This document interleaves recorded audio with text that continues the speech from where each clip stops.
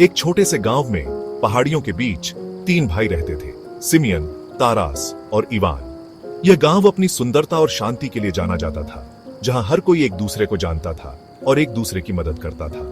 हर भाई अलग था, जैसे एक ही पेड़ से निकली तीन शाखाएं अपने अपने तरीके से सूरज की ओर बढ़ रही हो। सिमियन, तारास और इवान की जिंदगियां भी इसी तरह अलग अलग दिशाओं में बढ़ रही थीं, लेकिन उनकी जड़ें एक ही थीं। सिमियन सबसे बड़ा चालाक और धूर्त था, हमेशा कामयाबी का सबसे आसान रास्ता ढूंढता रहता था। वह अपने व्यापारिक कौशल के लिए जाना जाता था और हमेशा नए नए तरीकों से पैसा कमाने की सोचता रहता था। तारास बीच वाला भाई बहादुर और मजबूत था, दिल का योद्धा। वह हमेशा न्याय और सच्चाई के लिए लड़ता था और गांव के लोगों के लिए एक प्रेरणा था। उसकी बहादुरी के किस्से दूर दूर तक मशहूर थे। और सबसे छोटा था इवान, जिसे सब इवान द फूल कहते थे। वह हमेशा हंसता मुस्कुराता रहता था और उसकी मासूमियत के कारण लोग उसे मूर्ख समझते थे। इवान सच में मूर्ख नहीं था, वह गहरी सोच वाला और संवेदनशील था। उसकी आंखों में एक अलग ही चमक थी जो उसकी बुद्धिमानी को दर्शाती थी। वो सीधा साधा और दयालु था, हमेशा मदद के लिए तैयार। गांव के लोग उसकी इस आदत की बहुत कद्र करते थे और उसे अपने परिवार का हिस्सा मानते थे। वो कम बोलता था, लेकिन बहुत कुछ देखता था। ज्ञान किताबों में नहीं, बल्कि कुदरत की लय और अपने हाथों के काम में ढूंढता था। उसे प्रकृति से बहुत प्यार था और वह घंटों तक पेड़ों, पक्षियों और नदियों को देखता रहता था। उसके भाई दौलत और शोहरत के सपने देखते थे। वे बड़े शहरों में जाकर नाम कमाना चाहते थे और अपनी पहचान बनाना चाहते थे। इवान रोजमर्रा की जिंदगी में खुश रहता था, अपनी ईमानदारी की कमाई से संतुष्ट। उसे अपने छोटे से गांव में ही सुकून मिलता था और वह अपने परिवार और दोस्तों के साथ समय बिताना पसंद करता था। इवान बच्चों को कहानियां सुनाता और उन्हें जीवन के महत्वपूर्ण सबक सिखाता। उसकी कहानियां हमेशा सच्चाई और ईमानदारी पर आधारित होती थीं। इवान की जिंदगी सरल थी, लेकिन उसमें एक गहरी समझ और संतोष था। वह जानता था कि सच्ची खुशी दौलत और शोहरत में नहीं, बल्कि अपने आप में और अपने आसपास के लोगों में है। जब उनके पिता गुजर गए तो उन्होंने थोड़ी सी विरासत छोड़ गई, एक गाय, एक घोड़ा और जमीन का एक छोटा सा टुकड़ा। सिमियन, जो हमेशा से चालाक था, ने इसमें अपना हिस्सा बढ़ाने का मौका देखा। भाइयों, चलो अपनी विरासत बेच देते हैं। पैसों से मैं एक अमीर व्यापारी बन सकता हूं और तुम एक ताकतवर सिपाही। तारास, जो रोमांच का भूखा था, मान गया। इस जमीन ने पीढ़ियों से हमारे परिवार का पालन पोषण किया है। मैं पिता की याद में इसकी देखभाल करूंगा। सिमियन और तारास ने इवान की भावुकता का मजाक उड़ाया, इसे उसकी मूर्खता का सबूत माना। उन्होंने अपना हिस्सा बेच दिया और अपनी अपनी महत्वाकांक्षाओं के पीछे चल पड़े। सिमियन ने अपनी मीठी जबान और तेज दिमाग से व्यापार की दुनिया में जल्दी ही नाम कमा लिया। वो पेड़ों से चिड़ियों को भी उतार सकता था और ऐसे सौदे कर सकता था कि बड़े बड़े व्यापारी भी जलते थे। उसने बहुत दौलत जमा कर ली, उसकी जेबें सोने से भर गईं। फिर भी हर कामयाब सौदे के साथ उसका दिल थोड़ा कठोर होता गया। वो दौलत के पीछे इतना पागल हो गया था कि वो ईमानदारी और सच्चाई की कीमत भूल गया। तारास अपनी ताकत और बहादुरी से सेना में ऊंचा पद हासिल कर गया। उसने कई लड़ाइयों में बहादुरी से लड़ाई लड़ी, अपने साथियों का सम्मान और अपने अधिकारियों की प्रशंसा पाई। उसका नाम युद्ध के मैदान में वीरता और निडरता का प्रतीक बन गया। लेकिन जीत की एक कीमत चुकानी पड़ी। तारास जिस क्रूरता का गवाह बना, उससे वो कठोर हो गया। उसका दिल उन लोगों से दूर हो गया जिनकी रक्षा करने की उसने कसम खाई थी। वो युद्ध का एक औजार बन गया था। उसकी दया तलवारों की खनक और तोपों की गर्जना में खो गई थी। इस दौरान इवान गांव में ही रहा, जहां उसकी जड़ें थीं और जहां उसने अपने जीवन का अधिकांश समय बिताया था। अपनी जमीन और अपने जानवरों की देखभाल करता रहा। उसकी जमीन उसकी पहचान थी और जानवर उसके परिवार की तरह थे। वो सूर्योदय से सूर्यास्त तक कड़ी मेहनत करता था। खेतों में काम करते हुए उसकी मेहनत की कोई सीमा नहीं थी। उसका माथा हमेशा पसीने से तर रहता था और उसकी मेहनत का हर कतरा उसकी लगन को दर्शाता था। उसके हाथों में छाले पड़ जाते थे, लेकिन वो मजबूत थे। ये छाले उसकी मेहनत और समर्पण का प्रतीक थे। वो एक साधारण जीवन जीता था, जिसमें कोई दिखावा नहीं था। उसकी सादगी ही उसकी सबसे बड़ी ताकत थी। लालच या महत्वाकांक्षा से अछूता।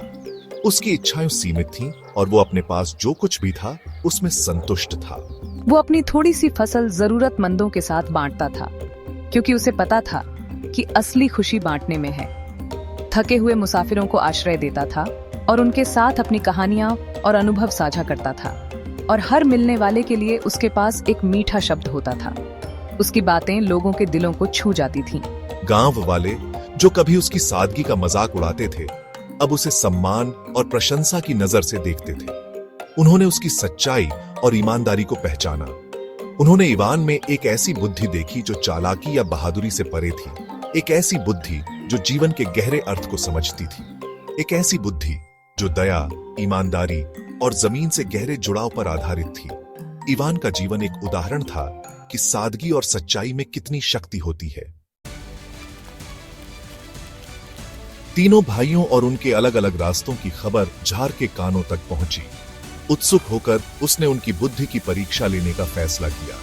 उसने तीनों भाइयों को अपने महल में बुलाया।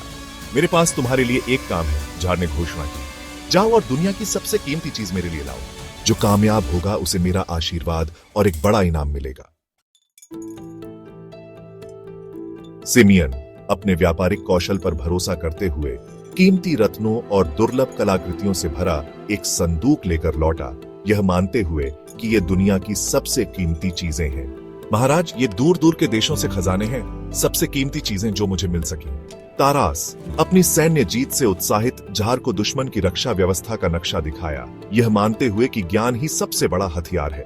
महाराज, यह नक्शा हमारे दुश्मनों के राज खोलता है, सबसे कीमती ज्ञान जो कोई रख सकता है। इवान खाली हाथ लौटा। महाराज, उसने झुककर कहा, मैंने दूर दूर तक खोजा, लेकिन मुझे अपने साथी इंसान के प्यार से ज्यादा कीमती कुछ नहीं मिला। जार, जो चापलूसी और दौलत और ताकत के प्रदर्शन का आदी था, अपने चारों ओर की भव्यता और ऐश्वर्य में खोया रहता था। उसे लगता था कि उसकी शक्ति और धन ही उसकी असली पहचान है।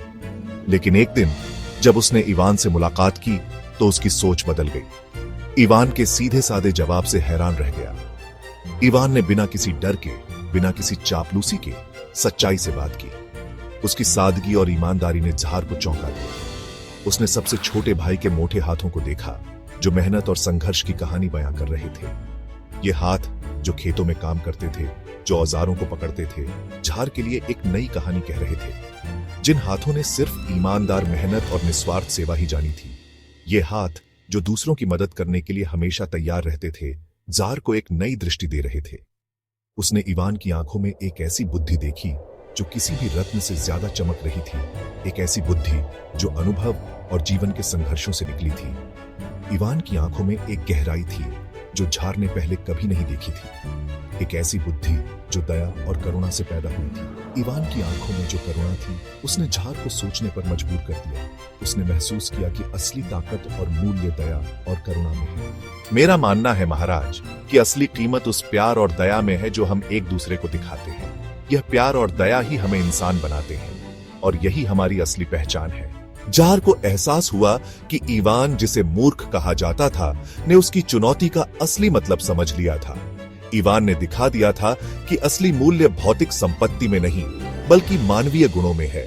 वो समझ गया कि जिंदगी की सबसे कीमती चीजें भौतिक संपत्ति या दुनियावी उपलब्धियां नहीं है, बल्कि वे क्षण हैं जो हम अपने प्रियजनों के साथ बिताते हैं। वे रिश्ते हैं जो हम बनाते हैं और वे यादें हैं जो हम संजोते हैं। बल्कि प्यार, दया और मानवीय संबंधों के अमूर्त गुण हैं। यही वे चीजें हैं जो हमें सच्ची खुशी और संतोष देती हैं। जार ने महसूस किया कि असली मूल्य इन अमूर्त गुणों में है और यही उसकी असली पहचान है। इवान द फूल की कहानी रूसी लोक कथाओं में एक प्रिय कहानी है जो पीढ़ी दर पीढ़ी चली आ रही है। यह हमें सिखाती है कि असली ज्ञान चालाकी या ताकत में नहीं, बल्कि विनम्रता, करुणा और सभी जीवित चीजों के प्रति गहरे सम्मान में है। इवान की कहानी हमें याद दिलाती है कि असली दौलत सोने या संपत्ति से नहीं, बल्कि हमारे रिश्तों की समृद्धि और दुनिया में हमारे द्वारा किए गए अच्छे कामों से मापी जाती है।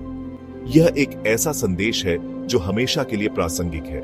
सदियों पहले जितना प्रासंगिक था, उतना ही आज भी है। एक ऐसा संदेश जो संस्कृतियों और भाषाओं के पार गूंजता है, हमें याद दिलाता है कि सबसे सरल सच्चाइयां अक्सर सबसे गहरी होती हैं।